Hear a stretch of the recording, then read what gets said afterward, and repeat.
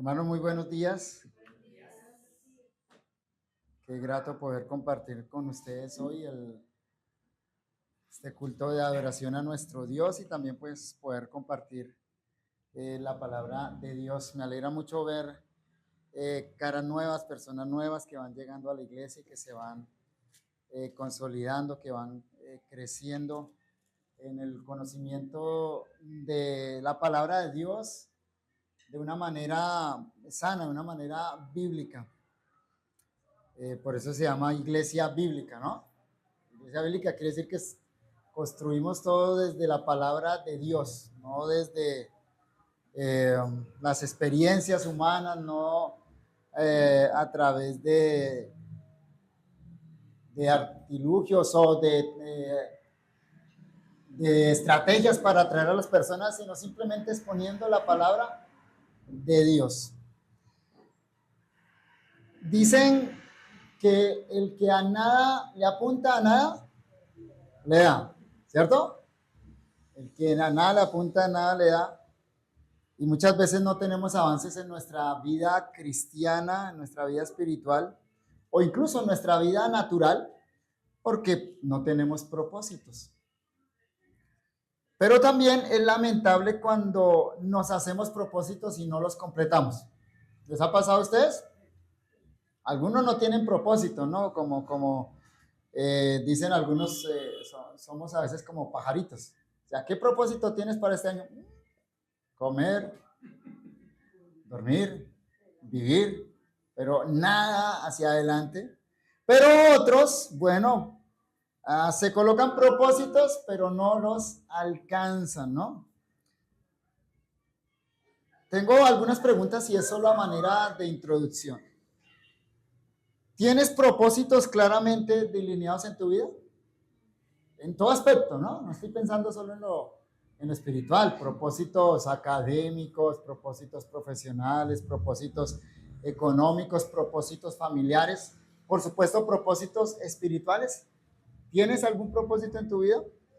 Claro, si no tienes ningún propósito, pues simplemente no vas a llegar a ningún lugar. Otra pregunta, ¿cuántas veces has fracasado en tus propósitos? La lista larga, ¿no? ¿Cuántas cosas están allá a medio comenzar? ¿Cuántas cosas dejamos incompletas, no? ¿Cuántos de tus propósitos han quedado a medias?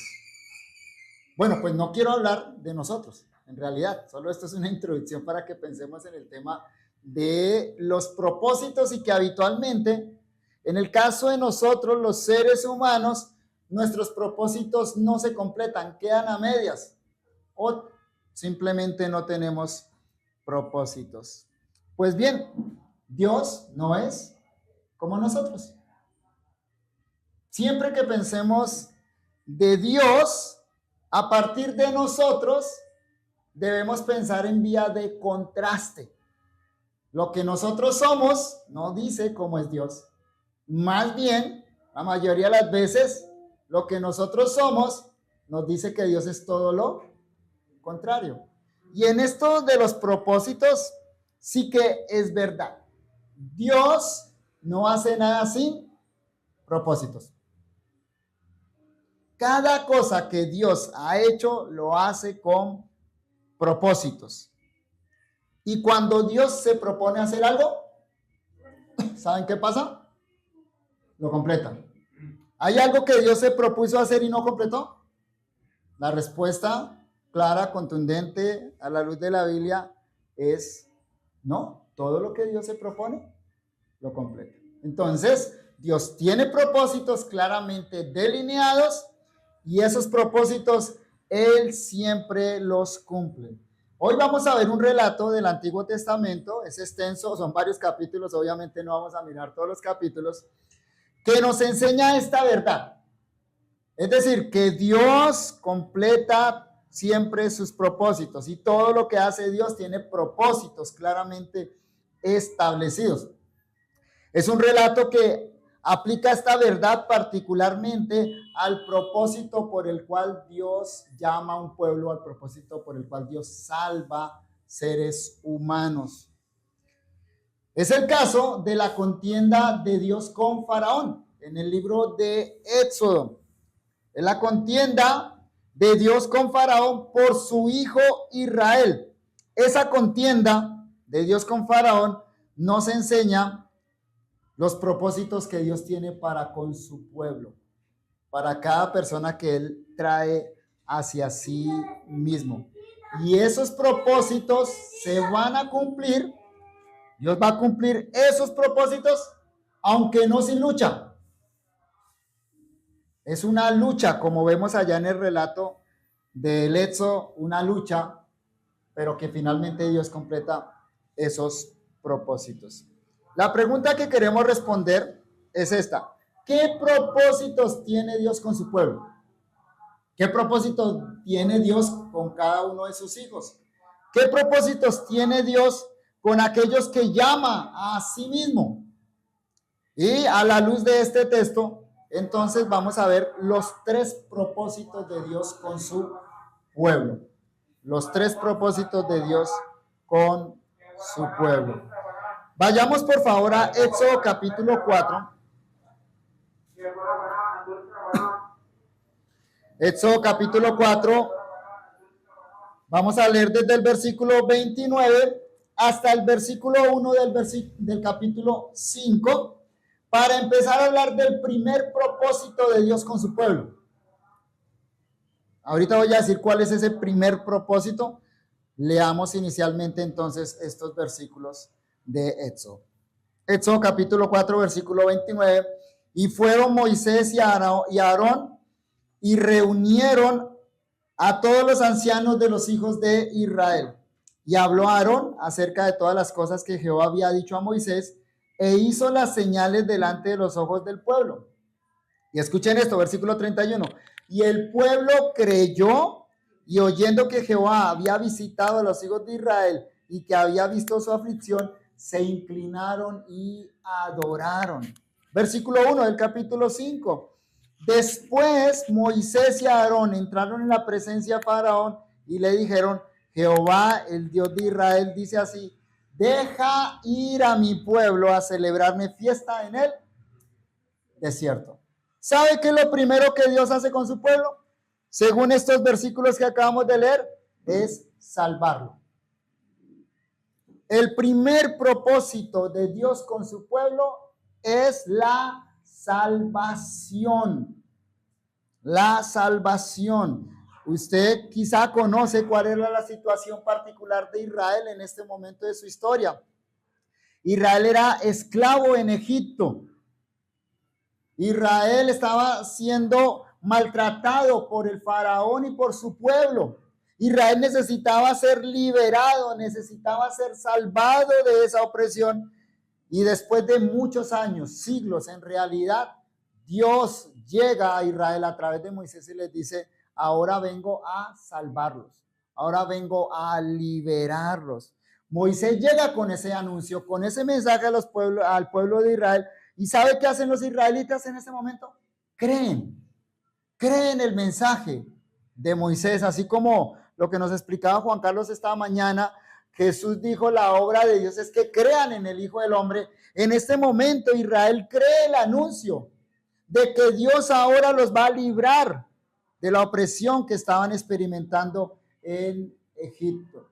Y el versículo 1 del capítulo 5 dice que el propósito de Dios con este pueblo es que una vez sea salvo, vaya y le celebre una fiesta en el desierto, es decir, que adoren a Dios. Lo primero que hace Dios con su pueblo es traerlo a salvación. Claro, en el caso de Israel, como les acabo de decir, era una salvación de la opresión física en los egipcios. En el caso de nosotros, es la salvación de la opresión del pecado, de la esclavitud del pecado, del gobierno de Satanás sobre nuestras vidas, como dice Pablo en Efesios capítulo 2, versículos 1 al 3. Éramos por naturaleza hijos de ira, estábamos bajo el gobierno de Satanás, seguíamos las concupiscencias, o sea, nuestros propios deseos.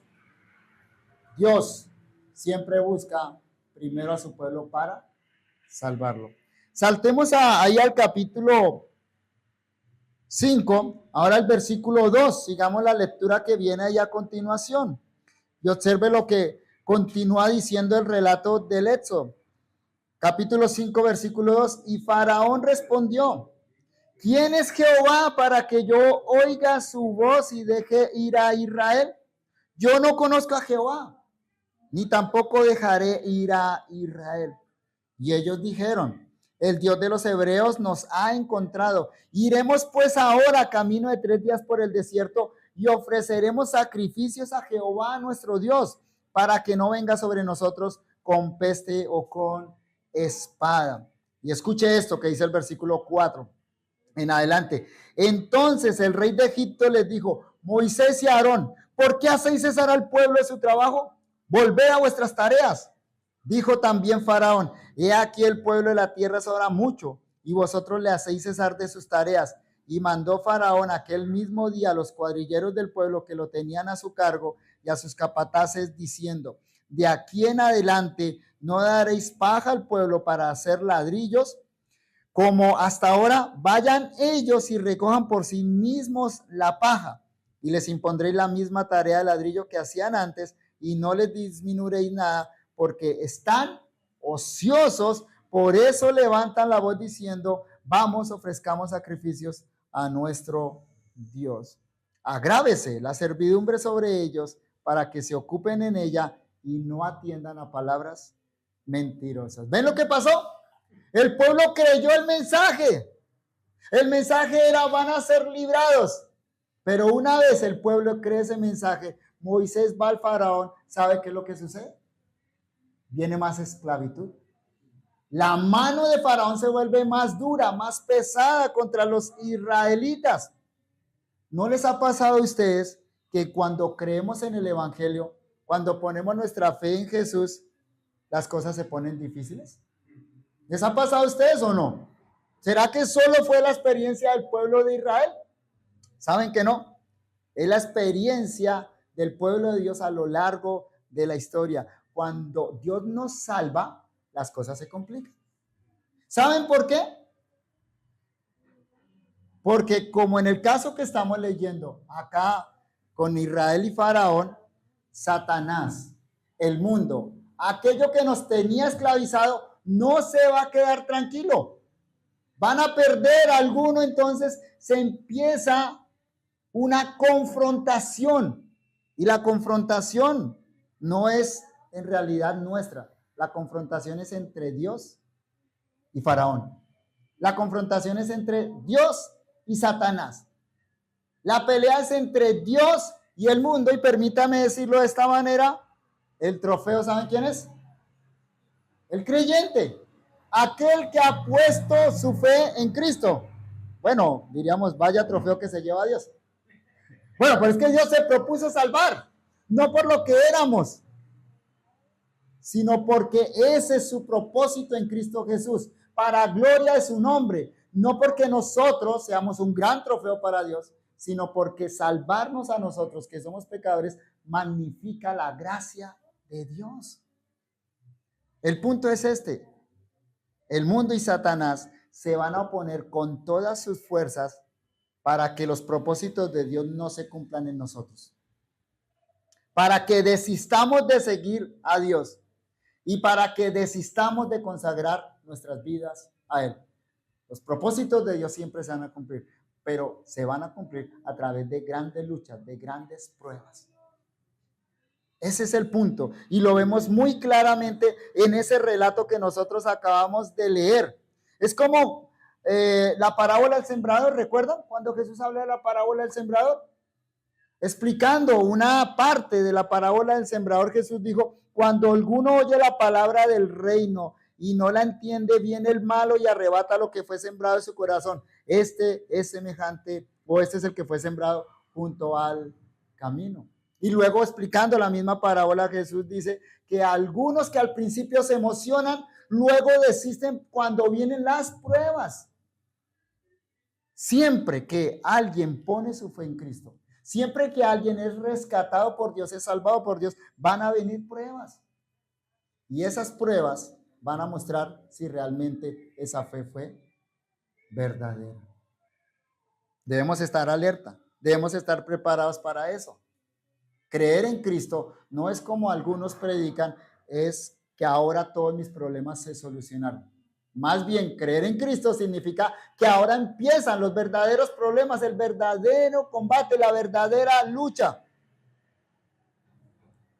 Sin embargo, Dios siempre va a cumplir sus propósitos. No va a fallar. Si Dios se propuso salvar un pueblo, por más que Faraón se resista a eso, ¿qué va a hacer Dios?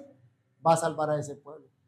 Si Dios te trajo a ti a salvación, por más luchas que estés enfrentando ahora, por más que Satanás se levante para pelear, para arrebatarte de la mano de Dios, por más que el mundo ponga tropiezos, podemos estar seguros de algo. Dios va a cumplir su propósito. Pero déjeme repetirlo. No sin lucha, no sin pruebas. Satanás no se va a quedar con los brazos cruzados. Así que habrá una gran lucha, una gran contienda en la cual nosotros como cristianos no debemos ni podemos ser neutrales. Debemos estar del lado correcto, del lado del que nos salvó. Pasemos ahí una hojita y miren lo que sucede en el capítulo 7, versículos 14 al 18. Ahí comienza la contienda y seguramente usted conoce relatos, si no lo conoce, le invito a que lo lea en su casa. Empieza una contienda con los juicios que Dios empieza a mandar contra Egipto. Recuerdan que convierte el agua en sangre, que hace que salgan ranas del río, etcétera. Empieza una contienda tremenda, dura, y cada vez que va sucediendo algo, en lugar de que Faraón tuerza el brazo, desista, cada vez Faraón endurece más su corazón y dice, pues ahora menos voy a dejar ir a estos israelitas. Escuche entonces lo que dice el capítulo 7, versículos 14 al 18. Entonces Jehová dijo a Moisés, el corazón de Faraón está endurecido y no quiere dejar ir al pueblo. Ve por la mañana, Faraón, he aquí él sale al río y tú ponte a la ribera delante de él y toma en tu mano la vara que se volvió culebra y dile, Jehová, el Dios de los hebreos, me ha enviado a ti diciendo, deja ir a mi pueblo para que me sirva en el desierto. Y grábense esta expresión que acabamos de leer. Deja ir a mi pueblo para que me sirva en el desierto. La vamos a encontrar muchas veces repetida en estos capítulos. Y aquí que hasta ahora no nos ha querido oír. Así ha dicho Jehová, en esto conocerás que yo soy Jehová. Y aquí yo golpearé con la vara que tengo en mi mano el agua que está en el río y se convertirá en sangre. Y los peces que hay en el río morirán y hederá el río. Y los egipcios tendrán asco de beber el agua del río. Pues si Faraón se endurece, ¿qué hace Dios? ¿Desiste? Interesante, ¿no? Miren, puede que nosotros echemos un paso para atrás cuando vengan los problemas. Esa es nuestra naturaleza humana porque como comencé al principio, nosotros habitualmente no tenemos propósitos o si tenemos un propósito, lo dejamos como a medias. Dios no es así. Incluso si nosotros intentamos desistir, Dios no va a desistir de nosotros. Si Dios nos quiere salvar, lo va a completar. Y si Faraón, si Satanás, si el mundo endurecen su mano, entonces Dios va a ser más duro aún. Porque Él quiere salvar a un pueblo para que le sirvan. Esta es una verdad maravillosa que está a lo largo y ancho de las Sagradas Escrituras. Déjenme mostrarles 3 versículos al respecto. Abra su Biblia en Salmo 138:8. Un texto hermoso que yo en mi juventud lo hice parte de mi vida. A mí me enseñaron en la iglesia donde estuve de juventud que uno cogiera un versículo y lo hiciera su lema de vida. Y ese fue mi lema de juventud. Este versículo me sostuvo durante mi juventud. Mire lo que dice Salmo 138:8. Jehová cumplirá su propósito en mí. Qué promesa, ¿no? Hay un himno, ¿no? Que se canta. Jehová cumplirá su propósito en mí. Tu misericordia, oh Jehová, es para siempre. no desampares la obra de tus manos. Mire, de lo que uno se puede aferrar como creyente en los momentos que flaquea. Cuando Satanás golpea duro, cuando el mundo manda un golpe fuerte y queremos echar para atrás, debemos aferrarnos a este tipo de versículos. El salmista se aferraba a eso y le clama a Dios, le dice: Dios, no desampares la obra de tus manos. En otras palabras, parafraseando, el salmista le está diciendo a Dios: Dios, tú me salvaste, no sé qué vas a hacer, pero no me dejes aquí tirado. Completa tu obra en mí. Y la convicción del salmista es: Jehová cumplirá su propósito en mí. ¿Por qué razón? ¿Saben por qué? Por su misericordia. No por mí. No porque es que yo soy el mejor combatiente de Dios. No es por eso, es por la misericordia de Dios. Y porque cuando Dios se propone algo, lo cumple. A pesar de nosotros. Y lo va a cumplir. Así Satanás se ensañe, así el mundo se venga contra nosotros, así nuestra familia empiece a atacarnos fuertemente. No importa todas esas pruebas. Si Dios se propuso salvar a un pueblo, lo va a salvar. Y miren que este otro versículo. ¿Qué les parece? Filipenses 1:6. Quizá más conocido, usted lo debe tener en la mente. Si no, lo vamos a leer. Filipenses capítulo 1, versículo 6. Y estos versículos que estamos leyendo son versículos que están llenos de certeza, de convicción. Pablo dice esto: estando persuadido. ¿Nota la palabra persuadido? La palabra persuadido significa convencido absolutamente. Estando persuadido de esto, que el que comenzó en vosotros la buena obra, la perfeccionará hasta el día de Jesucristo. O sea, Dios va a dejar nuestra salvación a medias. ¿Nos va a abandonar a la mitad del camino? En el primer momento que nosotros flaquemos, Dios va a decir: sí, yo sabía.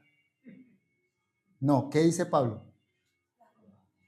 Dios va a completar la obra, la va a perfeccionar hasta el día de Jesucristo. Pablo está convencido de eso, no solo con respecto al mismo, sino con respecto a los filipenses, a los que les escribe. Y eso revela el corazón pastoral del apóstol Pablo, y es una convicción que uno como pastor debe tener en su corazón, como misionero, como alguien que trabaja en la obra de Dios. No miramos a las personas, ni siquiera nos miramos a nosotros mismos, miramos la obra de Dios.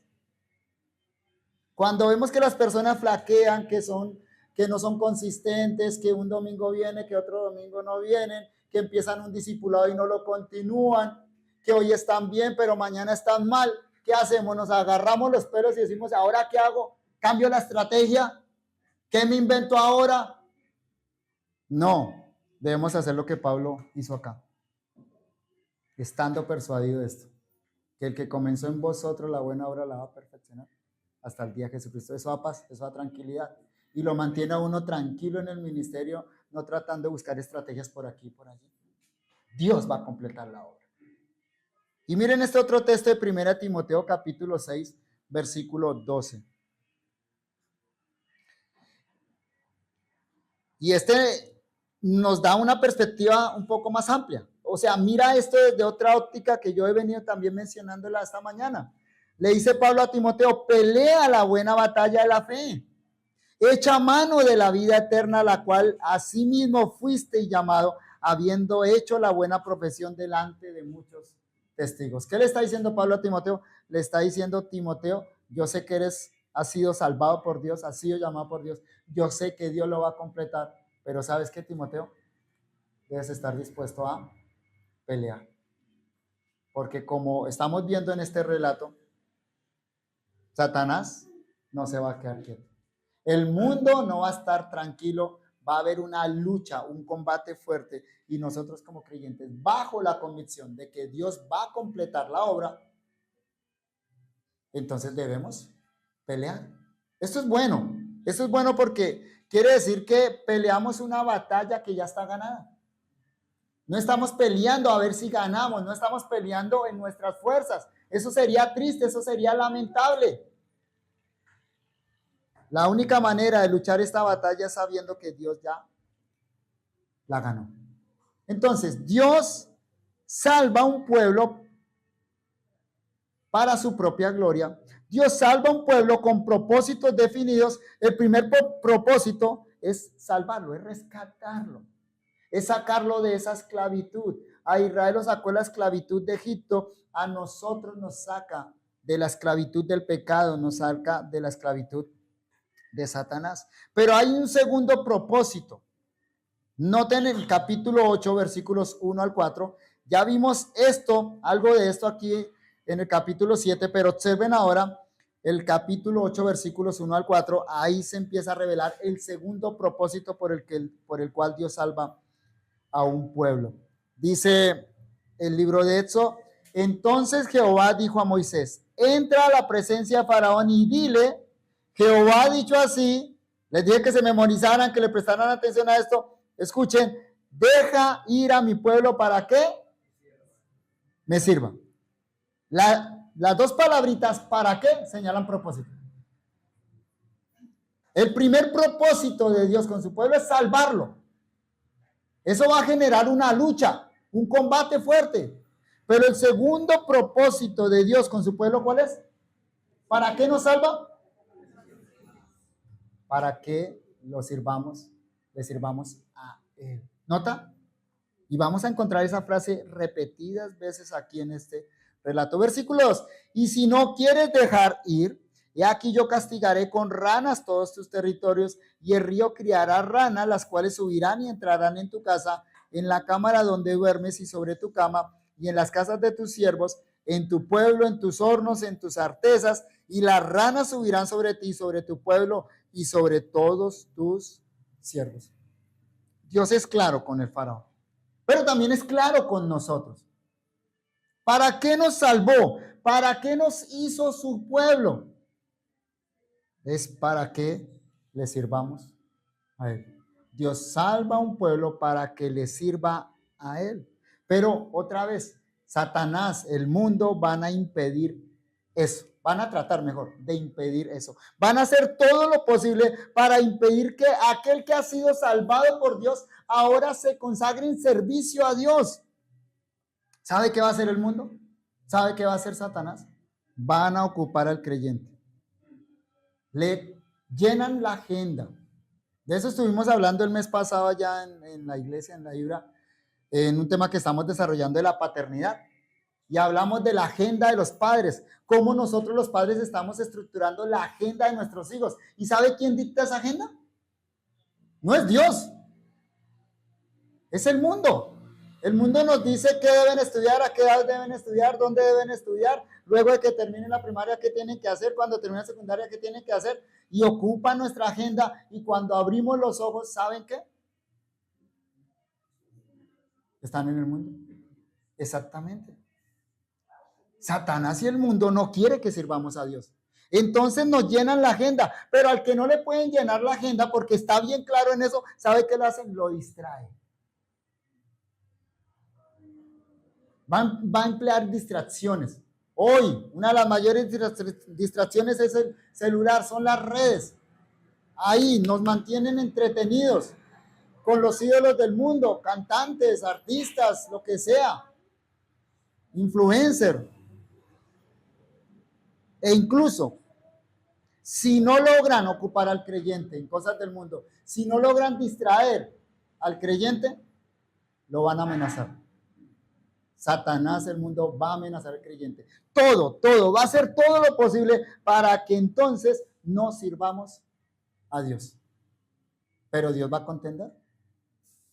Como lo hace con el faraón. Dios no se va a quedar quieto. Dios salvó un pueblo y va a hacer que ese pueblo lo sirva. Y lo va a arrebatar de las manos de Satanás. Lo va a arrebatar de las manos del mundo. Observen ahí mismo, el capítulo 8, ahora los versículos 8 al 10. Sí, el mismo capítulo 8, ahora versículos 8 al 10. Volvemos a ver casi que lo mismo. Entonces Faraón llamó a Moisés y a Aarón y les dijo: orad a Jehová para que quite las ranas de mí y de mi pueblo. Esto es interesante, ¿no? Ay, se convirtió Faraón. Ahora es cristiano y dice que oren por él. Estos son tretas del mundo, son artimañas del mundo. El mundo se puede mostrar como religioso incluso para engañar al creyente. ¿Cuántas religiones hay en el mundo? ¿Y cuál es el propósito de todas esas religiones? Distraer, engañar. Entonces Faraón dice, oren por mí y dejaré ir al pueblo para que ofrezca sacrificios a Jehová. Y dijo Moisés a Faraón, dígnate indicarme cuándo debo orar por ti, por tus siervos y por tu pueblo, para que las ranas sean quitadas de ti y de tus casas y que solamente queden en el río. Y dijo, mañana. Eso es como lo que nos explicaba Juan Carlos esta mañana, ¿no? La gente que seguía a Jesús, ¿por qué seguía a Jesús? ¿Porque creyeron en Jesús? ¿Porque amaban a Jesús? No, amaban el pan que Jesús le daba. Este faraón está diciendo, oren por mí, pero ¿por qué razón? Porque estaba creyendo en Jehová, que Jehová es el único Dios verdadero. No, porque estaba fastidiado de las ranas.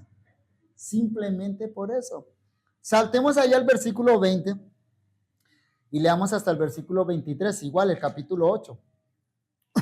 Éxodo 8, 20. Jehová dijo a Moisés, levántate de mañana y ponte delante de Faraón, y aquí él sale al río y dile, Jehová ha dicho así, deja ir a mi pueblo. ¿Qué? Si algo se repite en la Biblia, ¿por qué es? Si un papá le repite algo a un hijo varias veces, ¿por qué es? Porque es importante. ¿Ven cuántas veces Dios ha dicho esto acá? ¿Para qué salva Dios a su pueblo?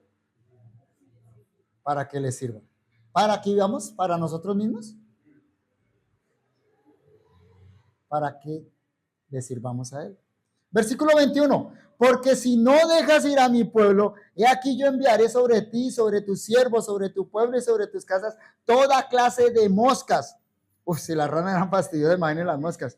Esta mañana me tenía uno ahí ya fastidiado, esa mosca.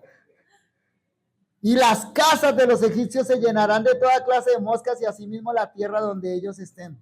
Y aquel día yo apartaré la tierra de Gosén en la cual habita mi pueblo para que ninguna clase de moscas haya en ella, a fin de que sepas que yo soy Jehová en medio de la tierra. Escuchen esto, versículo 23.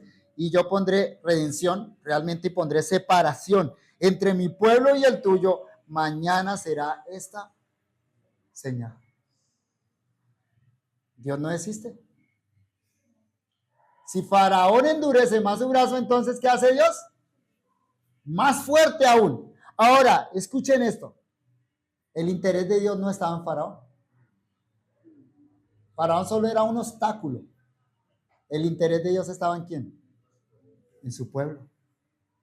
Es su pueblo. Si Faraón se opone, si Faraón es un obstáculo que se coloca entre Dios y su pueblo, entonces, ¿qué va a hacer Dios?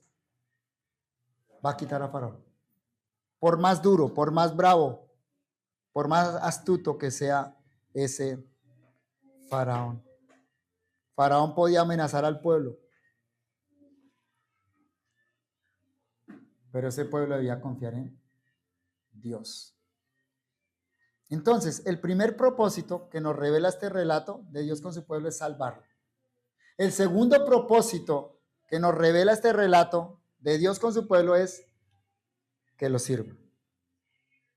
Somos salvos para servir a Dios. Y el tercer propósito que nos revela el relato, y ya vamos a mirar que el texto de ahí en adelante, es la separación. Es decir, la santificación. Ya lo leímos ahí en el versículo 23. Y yo pondré redención, yo pondré separación entre mi pueblo y el tuyo. Dios nos salva, Dios nos santifica o nos separa y Dios nos pone a su servicio. Los tres propósitos de Dios para su pueblo son la salvación, el servicio y la santificación. Pero en realidad, la santificación o la separación del mundo es el requisito previo para el servicio. ¿Me explico? El relato nos lo está mostrando en este orden: salvación, servicio, separación. Pero en la vida práctica del creyente, el orden es así: salvación, santificación, servicio. Porque la santificación, el vivir de una manera santa delante de Dios, vivir separado del mundo, del pecado, de la influencia del mundo, es el prerequisito para servir a Dios. Muchos quieren servir a Dios, pero sin santidad. Y el resultado siempre va a ser desastroso. De manera que la forma más eficaz como Satanás y el mundo impiden que un cristiano sirva a Dios, ¿saben cómo es? Contaminándolo, haciendo que ese creyente no viva una vida santa, haciendo que el creyente peque o haga del pecado un hábito en su vida. Y cuando Satanás o el mundo no logran contaminar al creyente, entonces va a utilizar varios engaños a fin de que no sea eficaz en el reino de Dios. O sea, el mundo, Satanás va a empezar a negociar con el creyente. Bueno, está bien, pero no seas exagerado. No, eso es ser legalista. Y si hay legalismos, claro que sí. Pero a veces el mundo nos va a engañar haciéndonos pensar que ciertas cosas son legalismo cuando en realidad son santidad. Y precisamente lo que encontramos ahorita aquí es un regateo. ¿Saben lo que es regateo? Sí, sí. Entre Dios y Satanás. Dios y Faraón. Faraón va a empezar ahí a regatear. Venga, está bien, vayan y sirvan a Dios, pero... Y quiero que observen ese regateo, porque esa es la estrategia de Satanás hoy en día. Pero noten lo que Dios hace. Dios no está dispuesto a regatear. Dios dice, me sirves en santidad y me sirves completo, ¿o no? No me regales el 10% de tu tiempo. Te quiero todo para mí. Servicio. Primer engaño. Primer acto de regateo, capítulo 8, versículos 25 al 28. Ya como que Faraón entiende que no puede contra Dios, entonces empieza a negociar. Y así hace el mundo con el creyente, empieza a negociar. Y ahí caemos nosotros en las trampas. Observen lo que sucede acá, Éxodo 8, 25 al 28. Entonces Faraón llamó a Moisés y a Aarón y les dijo, andad, ofreced sacrificio a vuestro Dios. Subrayen esto, en la tierra. ¿En la tierra es en dónde? En Egipto. Listo, sirva a Dios, pero acá. ¿Ven la estrategia? ¿Ven la astucia? Y Moisés respondió, no conviene que hagamos así, porque ofreceríamos a Jehová nuestro Dios la abominación de los egipcios. He aquí, si sacrificáramos la abominación de los egipcios delante de ellos, no nos apedrearían. Camino de 3 días iremos por el desierto y ofreceremos sacrificios a Jehová nuestro Dios como él nos dirá. Separación, camino de 3 días. Versículo 28, dijo Faraón, yo os dejaré ir para que ofrezcáis sacrificios a Jehová vuestro Dios en el desierto, con tal de que no vayáis más lejos. Y vea lo cristiano que es orar por mí. ¿Alcanzan a percibir la astucia? ¿Cuál es el primer engaño? El primer engaño es, sirve a Dios en la tierra. Claro, sirve a Dios, pero no tan consagrado. Exactamente.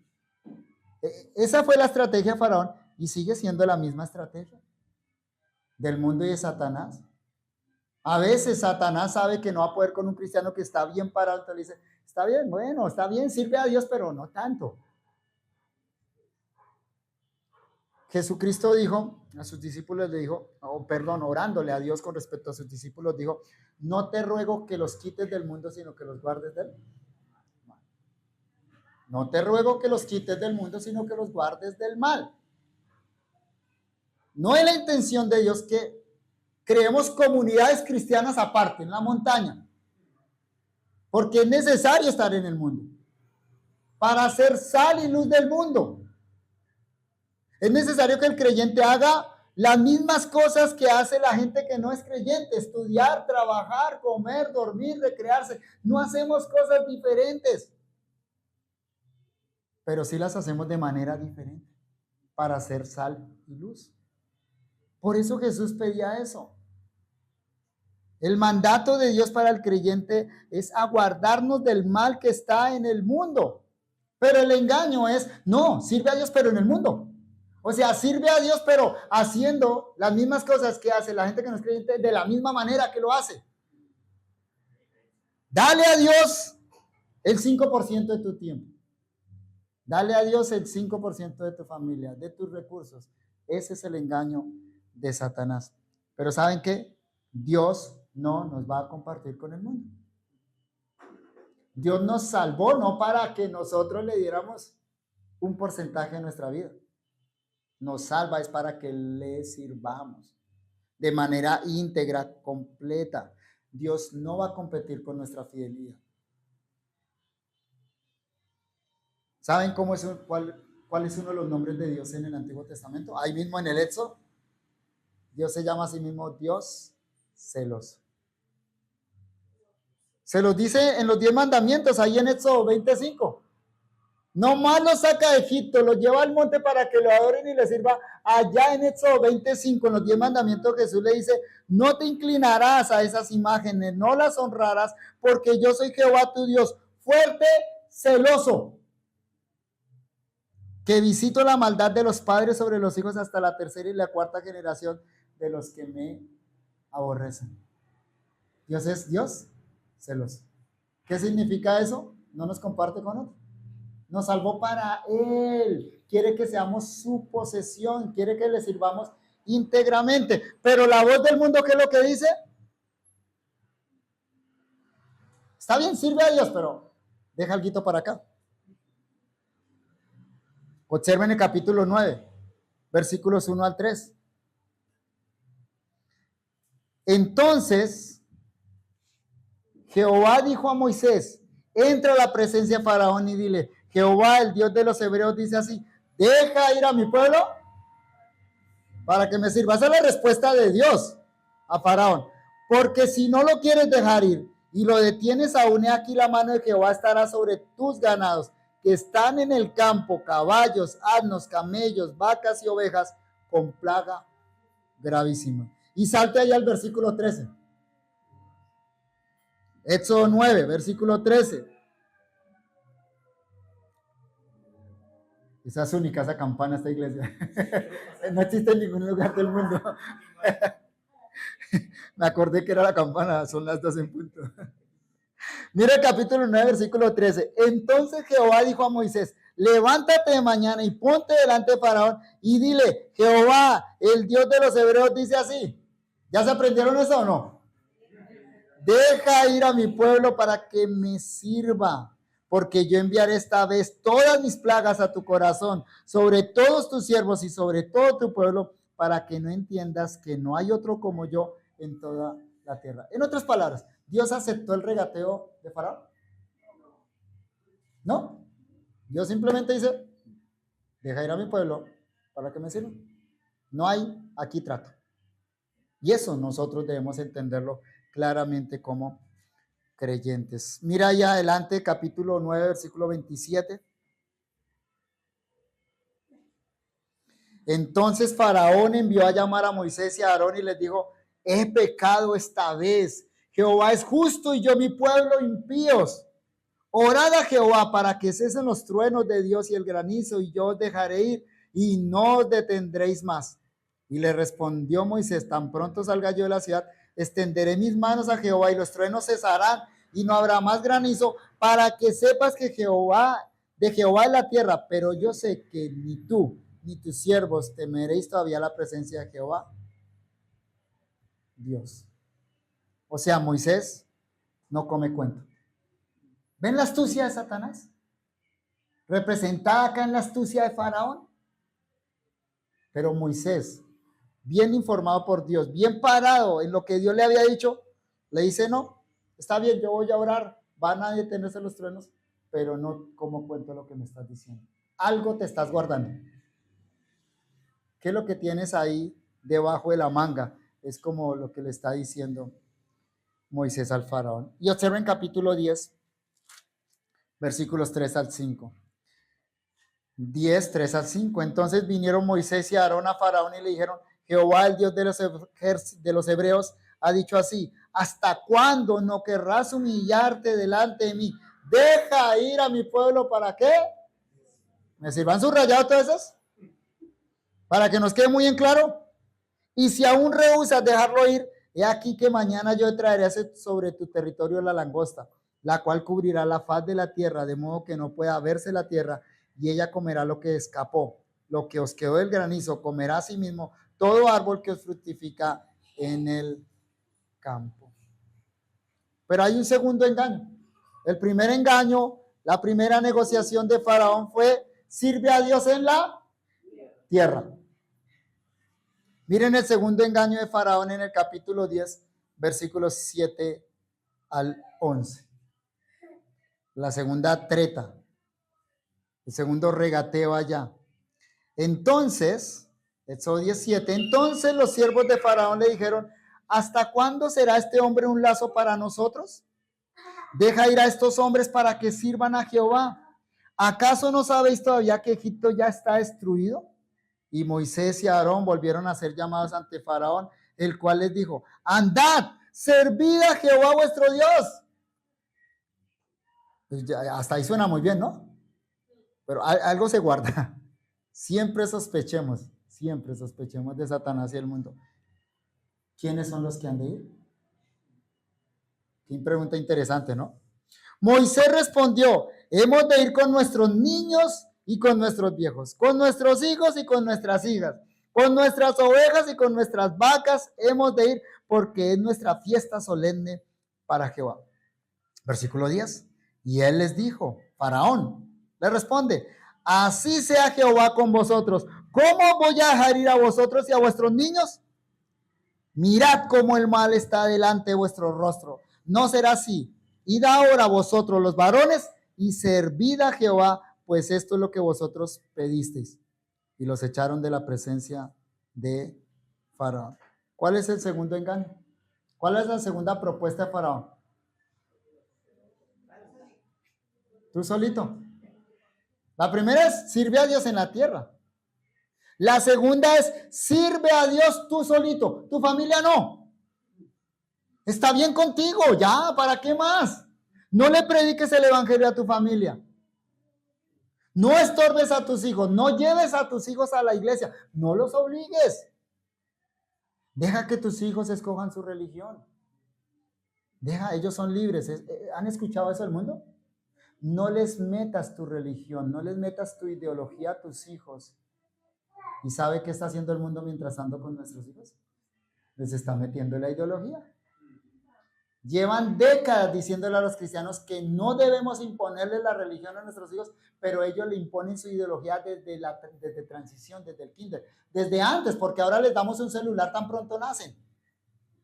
Y ahí les están transmitiendo toda la ideología del mundo. ¿Ven la treta de Satanás?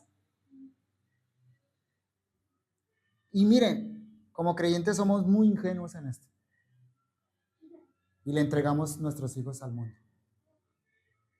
Se los entregamos a Satanás desde pequeños, y al final resulta que quedamos solos sirviendo a Dios. Cuando Dios nos salva y nos llama a servirlo, está llamando también a nuestra familia. Ustedes saben cuál fue la resolución de Josué, ¿no? En Josué 24:15, escogeos hoy a quién sirváis, pero yo, dice Josué, yo ya tomé una resolución, pero yo y mi casa serviremos al Señor, a Jehová. Josué tomó la resolución por su familia. Él la tomó. Y esa es la resolución de un cristiano. Dios quiere que lo sirvamos con nuestra familia. Ya cuando nuestros hijos sean adultos, ellos tomarán su propia decisión y tomarán su propio camino, pero mientras estén bajo nuestro cuidado, nosotros debemos tener en claro que Dios quiere que consagremos también a nuestra familia, a nuestros hijos, para Él. Y bueno, quizá tú tienes un cónyuge que no es creyente, una esposa, un esposo que no es creyente. Eso dificulta la situación, por supuesto, pero tu propósito, el propósito por el cual Dios te salvó a ti, es para que le lleves el evangelio a tu cónyuge. Esa es la manera como Dios te llama a servirle a Él, siendo de testimonio a tu cónyuge, predicándole el evangelio para que pueda llegar a la salvación. Hay una tercera treta, y ya con esto terminamos, un tercer engaño de Satanás. No pudo cuando propuso: sírvanlo en la tierra. No pudo cuando propuso: vayan solo los varones. Miren el tercer engaño allá, el tercer regateo en el capítulo 10, versículos 21 al 27. Jehová dijo a Moisés: extiende tu mano hacia el cielo para que haya tinieblas sobre la tierra de Egipto, tanto que cualquiera las palpe. Y extendió Moisés su mano hacia el cielo y hubo densas tinieblas sobre toda la tierra de Egipto por 3 días. Ninguno vio a su prójimo, ni nadie se levantó de su lugar en 3 días, mas todos los hijos de Israel tenían luz en sus habitaciones. Dios separó a los israelitas. Hizo una diferencia entre los israelitas y los egipcios. Versículo 24. Entonces Faraón hizo llamar a Moisés y dijo, id y servid a Jehová. Ah, qué bueno. Este Faraón es muy astuto, ¿eh? Entonces yo creo que Moisés siempre pensaba, bueno, pero ¿qué tiene ahí debajo de la manga? Cuente. Y mire lo que dice, solamente, o sea, ya es una cosita pequeña, solamente queden vuestras ovejas y vuestras vacas, vayan también vuestros niños con vosotros. ¿Está bien? Sí, la familia sí, pero sus ovejas y sus vacas se quedan acá. Moisés respondió, tú también nos darás sacrificios y holocaustos que sacrifiquemos para Jehová nuestro Dios. Nuestros ganados irán también con nosotros. No quedará, me gusta esto como lo dice, no quedará ni una pezuña, porque de ellos hemos de tomar para servir a Jehová nuestro Dios y no sabemos con qué hemos de servir a Jehová hasta que lleguemos allá. ¿Cuál fue el tercer engaño? ¿Cuál fue la tercera propuesta? La primera, sirve a Dios en la tierra. La segunda, sírvelo sin tu familia. La tercera, ¿cuál es? Sin tus bienes, sin tus recursos. Y no estamos acá para pedir diezmos. Estamos simplemente diciendo lo que Dios dice en su palabra. Podríamos parafrasearlo de esta manera. La propuesta de Faraón es esta: sirve a Dios, pero que no te duela. Que no te incomode. ¿Estamos dispuestos a servir a Dios de una manera que incomode nuestra comodidad? Recursos, tiempo, talentos, dones que Dios nos ha dado. ¿Cuántas veces ponemos esas cosas al servicio de Satanás y el mundo y no lo ponemos al servicio del reino de Dios? Eso es triste, eso es lamentable, ¿no? Que estemos dispuestos a gastar de todo lo que somos y tenemos para cosas que no traen provecho espiritual y las negamos para el reino de Dios. Satanás es astuto. Satanás engaña, entretiene a los cristianos y nosotros caemos redonditos allá ante sus tretas, ¿no? Finalmente, ¿saben qué sucedió? Conocen la historia del Éxodo, ¿no? Ya no voy a leer más acá, leanlo en su casa. ¿Saben qué sucedió al final? Dios sacó a Israel con mano poderosa de Egipto. Sacó a cada israelita con su familia, con su esposa, con sus hijos, con sus posesiones, con sus ganados. Y como dijo Faraón, ni una pezuña se quedó allá. Es más, los egipcios les dieron de sus recursos, le dieron a los israelitas para que fueran al monte Sinaí y allí adoraran a Dios. Dios siempre cumple sus propósitos con su pueblo. Siempre. Dios va a completar su propósito de salvación, de santificación y de servicio. Eso Dios lo va a hacer y eso no podemos tener ninguna duda. El apóstol Pablo dijo, porque todas las promesas de Dios son en Él, en Cristo, sí, y en Él, en Cristo, amén, para la gloria de Dios. Dios va a completar en nosotros ese propósito de salvarnos, de santificarnos y de que le sirvamos porque Cristo lo tuvo, porque Cristo lo garantizó. Pero hermanos, estamos en una lucha espiritual con Satanás y el mundo. ¿Lo sabías? ¿Eres consciente de eso? O tal vez hasta hoy no eras consciente de eso. Quizás ya habías caído bajo la flauta encantadora de Satanás, pero hoy ya lo sabes. Así que debemos tener muy en claro de qué lado de la batalla estamos. Si Dios nos salvó, entonces Dios nos llama a santificarnos. Y si ya estamos siendo santificados por Dios, entonces ¿a qué nos está llamando Dios? A servirlo. En una iglesia local, todos deben estar trabajando por el bien del reino de Dios, para el avance del reino de Dios.